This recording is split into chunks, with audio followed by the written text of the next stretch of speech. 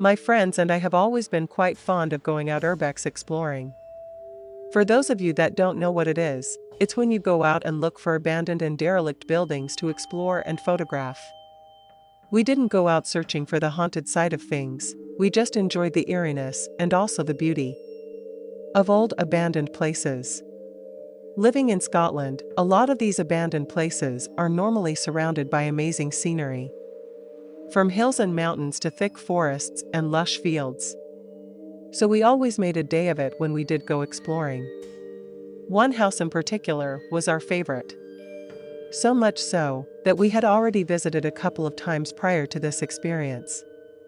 Myself and two of my best friends, we'll call them C and B, decided to go back, but the condition of the place had declined quite rapidly since the last time we had been. And everything seemed very unstable. But we didn't let that stop us. Finding that our usual entry spot had been boarded up, we felt quite defeated, but decided to look for another entry anyway. After searching around for a while, we noticed that the roof, on one of the lower parts of the house, had been damaged by fire, and was practically all gone. It wasn't the easiest to get up to, using a tree and each other to do so, but we finally got in. It was going relatively normal. We were wandering around the inside, searching and admiring the rooms we could still get into, being terrified by the occasional bird being spooked by our footsteps, and taking photos of the amazing architecture. However, something was different this time. The whole place felt off. And a little more eerie than it normally did. I've always been what you would describe as spiritually inclined.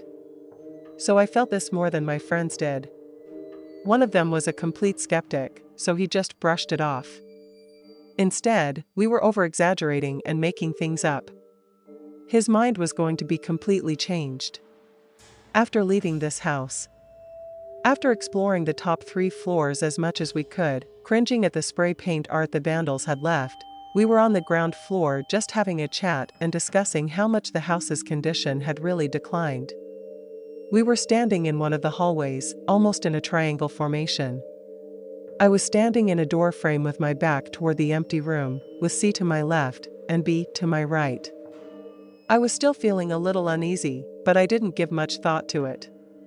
As we were all conversing about the plans for the rest of the day, I felt something on my back. It felt like someone had run their hand down my back. From the base of my neck to the center of my back, I felt a firm, consistent pressure. Until the pressure tapered off down to the base of my back, it was over within seconds. I felt all the color drain from my face as I frantically jumped forward with a scream. B and C both looked at me in confusion and asked what had happened and if I had hurt myself. In a haze of confusion and dizziness, I wasn't able to form any words, never mind describing what I had just felt. I regained my bearings and took a couple of deep breaths before trying my best to explain the sensation of being touched. B's face turned a little pale as she saw how serious I was being. However, C was a skeptic. He laughed and thought I was joking, or that I had accidentally hit something without realizing, or a bug had hit me.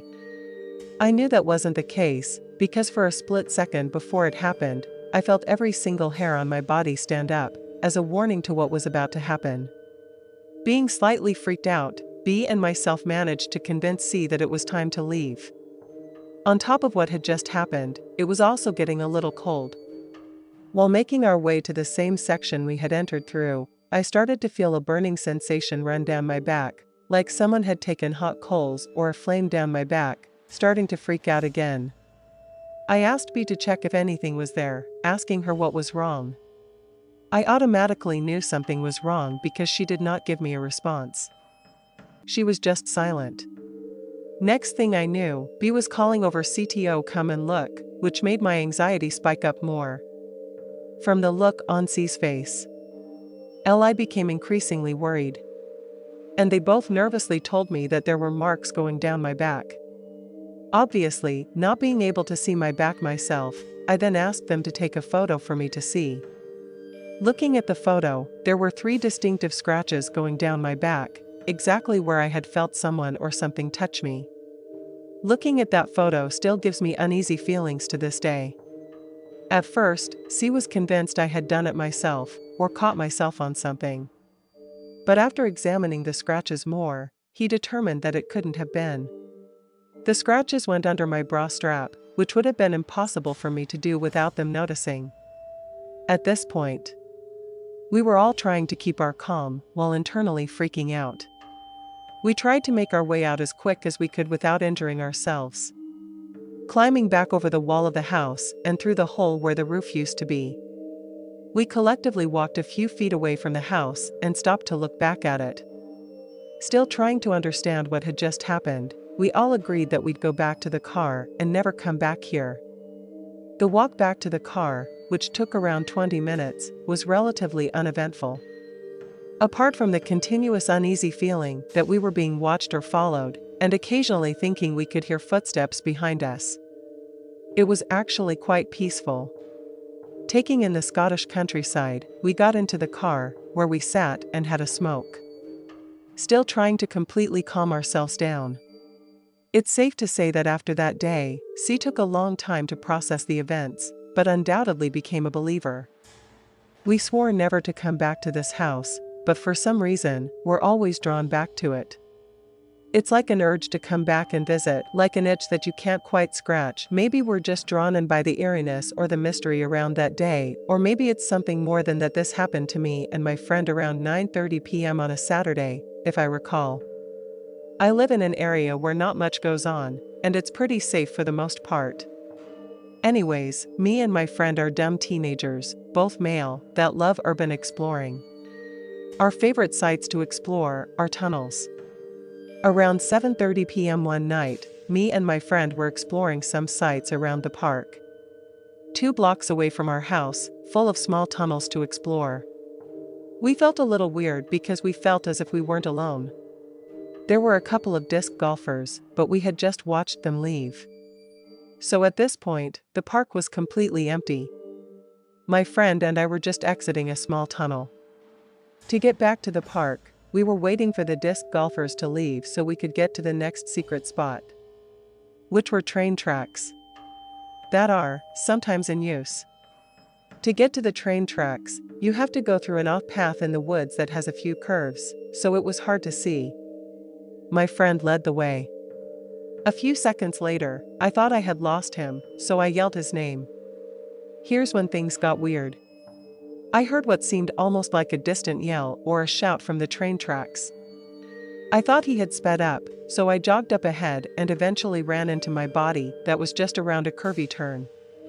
I asked him if he was okay, and he replied yes, like nothing had happened. A little suspicion ran through my mind, so I asked him if he had yelled at me from the tracks.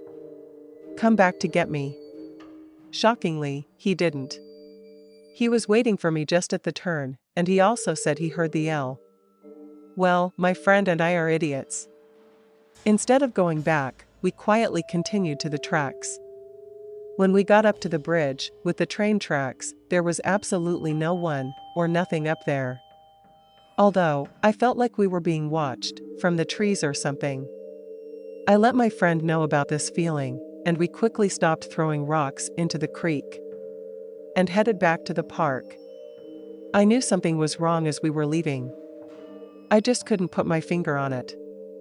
We played around on the basketball court at the park before we left.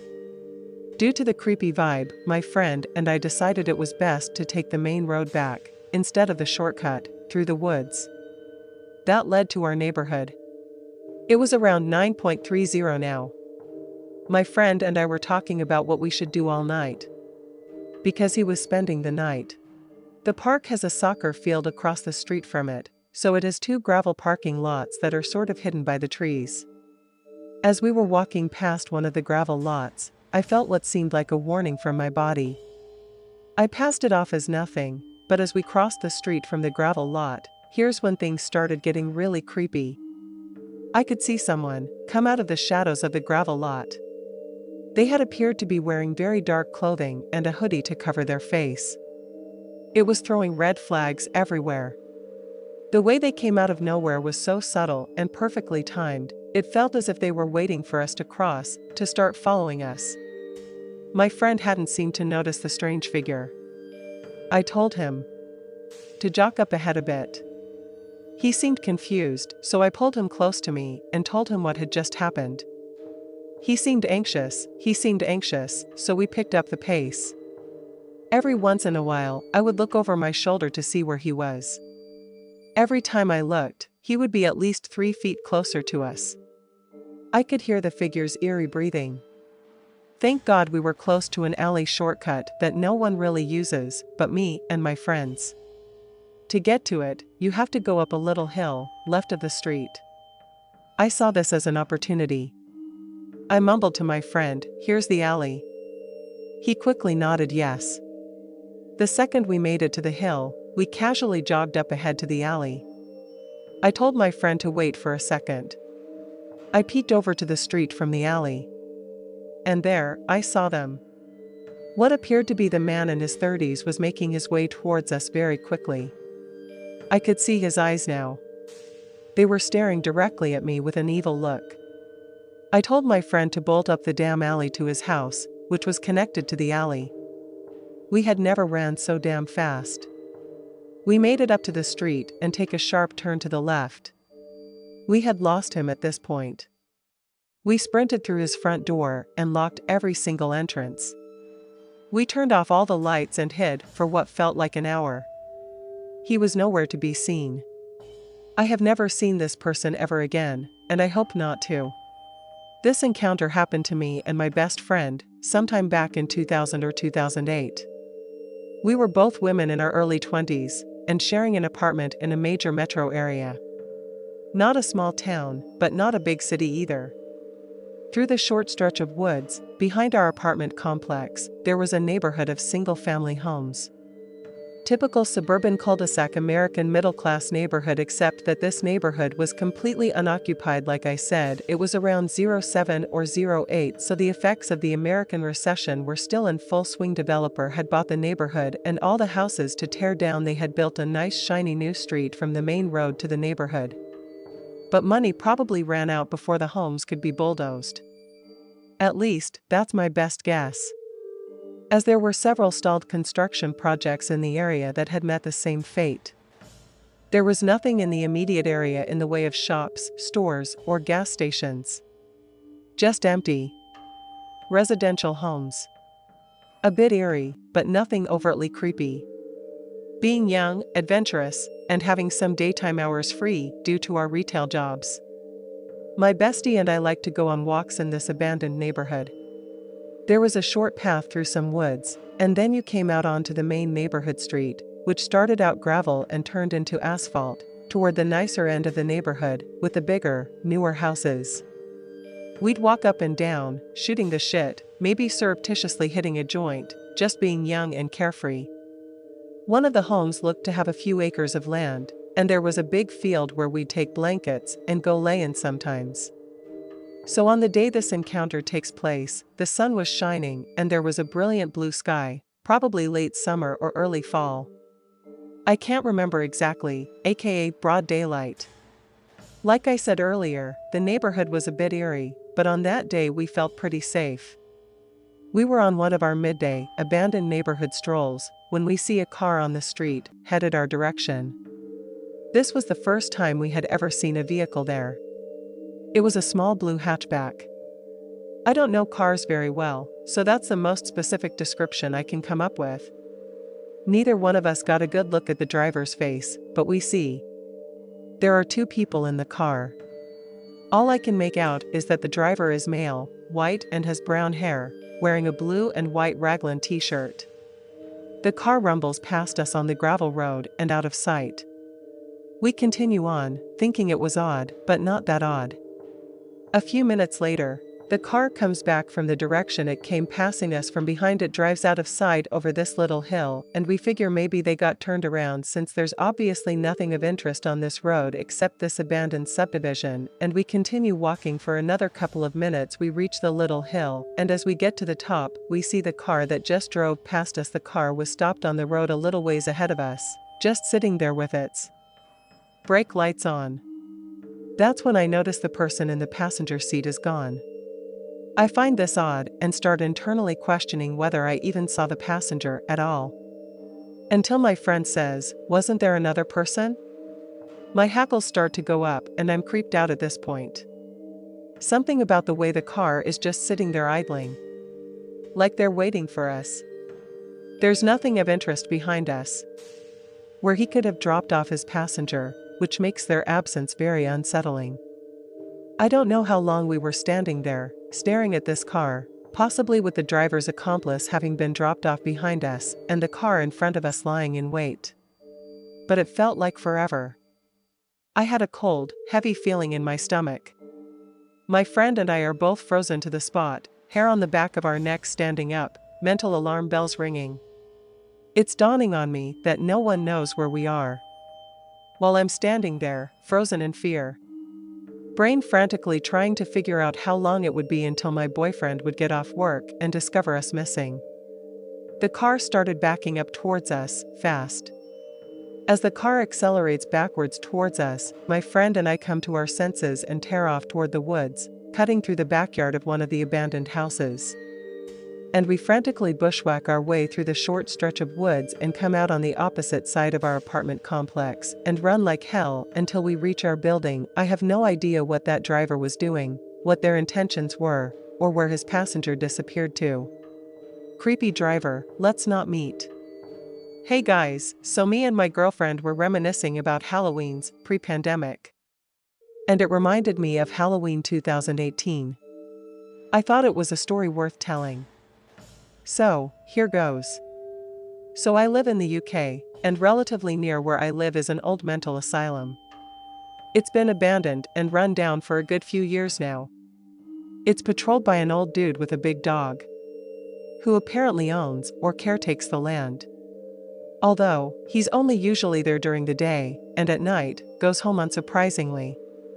The asylum was featured on an episode of Most Haunted a good few years back, which makes the place ripe for attention from the locals in the twilight hours. Once the patrolling dude is gone, I'd only been a few times prior to this. It was usually relatively busy but usually infested with thrill-seeking teenagers, and a few potheads looking for a quiet place to get stoned, without hassle, from the local bobbies.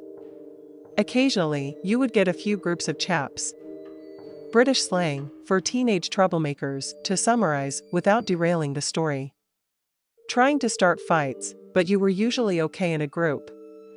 Anyways, in I think 2018, me and a group of my friends and my girlfriend decided to go there on Halloween night for some ghost hunting. We ended up going way later than intended, so it was actually November 1st. About 2 a.m. by the time we arrived. But hey, no biggie. We dodged the crowds. There were 5 of us. Myself, my girlfriend, who I will call K. My friend, A. His girlfriend M and his other friend D. There's a small section of tree line you need to follow to get to the entrance. So we started heading through that. When we see a bunch of guys walking over, D starts stressing, thinking it's the police because it's technically trespass. But me and they start reassuring him it's fine. One of the dudes shouted something like, "Security, stay where you are." Sounded like a Brummy, Birmingham accent. Maybe Cannock or Wolverhampton. But definitely Midlands-ish. So not very local to us. But that doesn't really mean anything necessarily. However, A, who comes here a lot, as he lives a 3-minute walk away or something basically, replies with, "They don't have security here, nice try mate." And the dudes just all kind of laugh and go, "You got us." We all laughed and that was fine.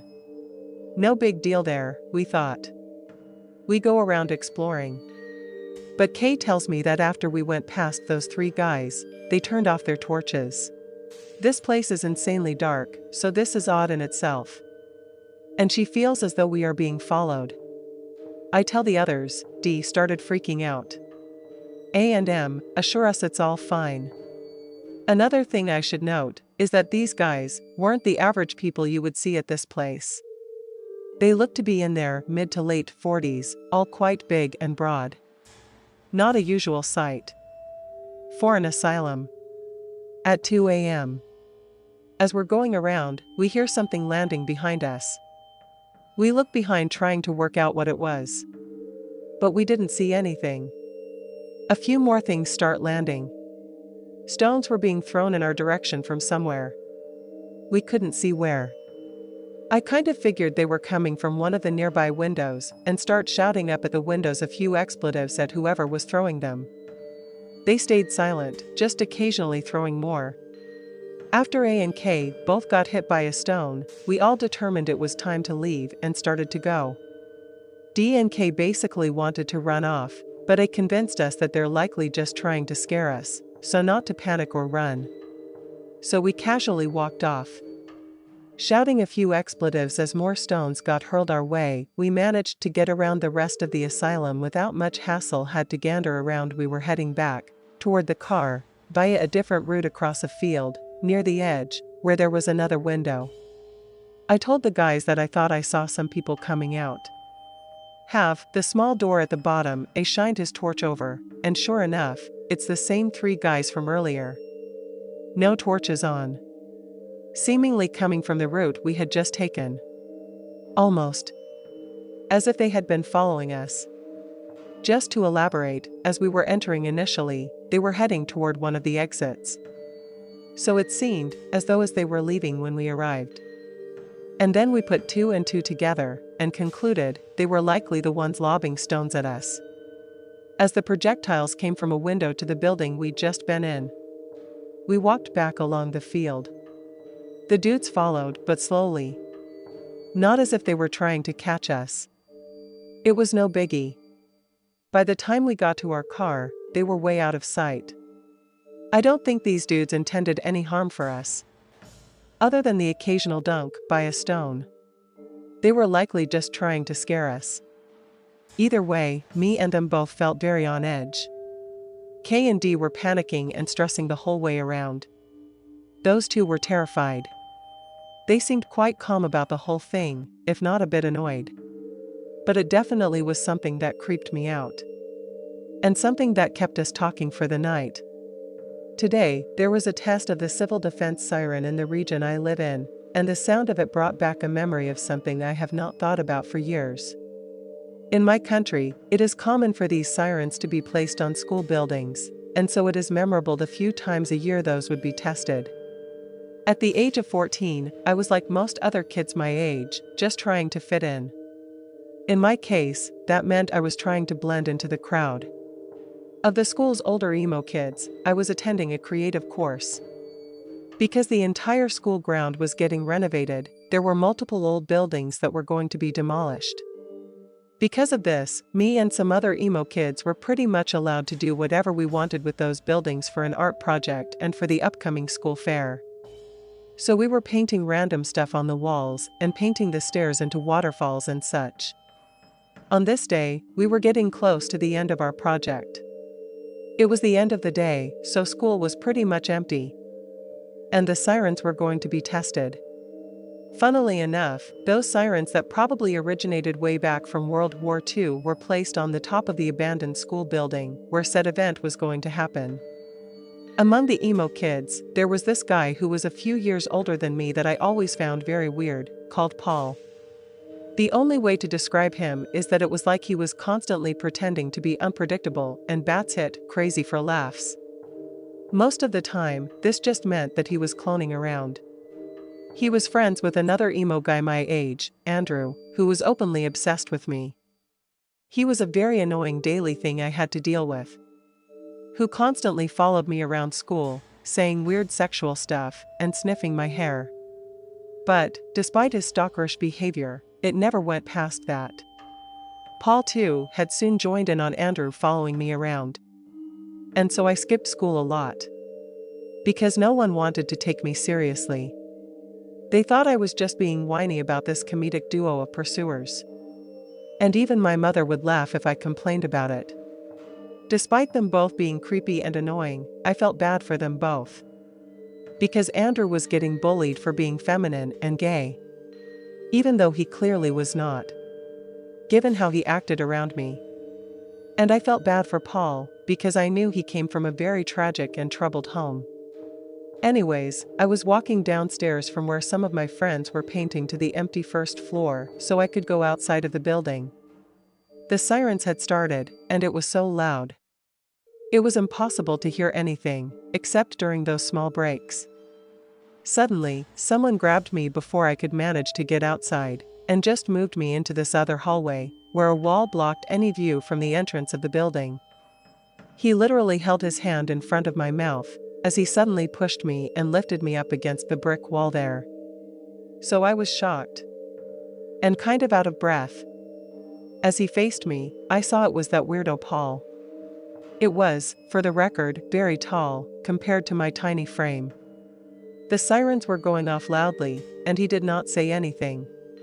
Just stared at me, with completely crazy eyes. Back then, I was so completely innocent, and the fact that he could do anything bad did not cross my mind right away. I just nervously laughed while I said that he scared me and asked him to please put me down. But he did not. And I was starting to freak out because no one could hear me or knew where I was. Just then, before anything could happen, this older emo girl, who was one of my friends, appeared peeking out of the corner because she was looking for me when she saw what was going on. She did not hesitate for a moment as she walked over screaming at Paul and kicked him as hard as she could in the knee. He dropped me as he crouched down in pain, and my friend just grabbed my shoulder and brought me outside to the schoolyard. After that, we did not really talk about it, just called him a creep and laughed it off. During my last few years in middle school, I drifted away from that crowd. As they were all older and moving on to high school, as I've grown older and wiser, I've come to realize just how close I'd come to something really bad happening back then. Because of the sirens, no one would have been able to hear my scream. And because we were in that abandoned building, there was a lot of secluded rooms he could have dragged me to. So I'm still so thankful that my old friend walked in before he could have done anything. Without her, this story might have been very different. Lastly, I'd like to add that I saw this guy again in high school because he was dating a friend of a friend who was a year younger than me. Meaning she was about 16 and him 19. He was often waiting around school grounds for her to finish classes, and even though I tried avoiding him, he ran up and hugged me. Once I felt very uncomfortable and just sort of froze. After that, I told my friend that he was not a right person, and she said she knew he was abusive to a friend.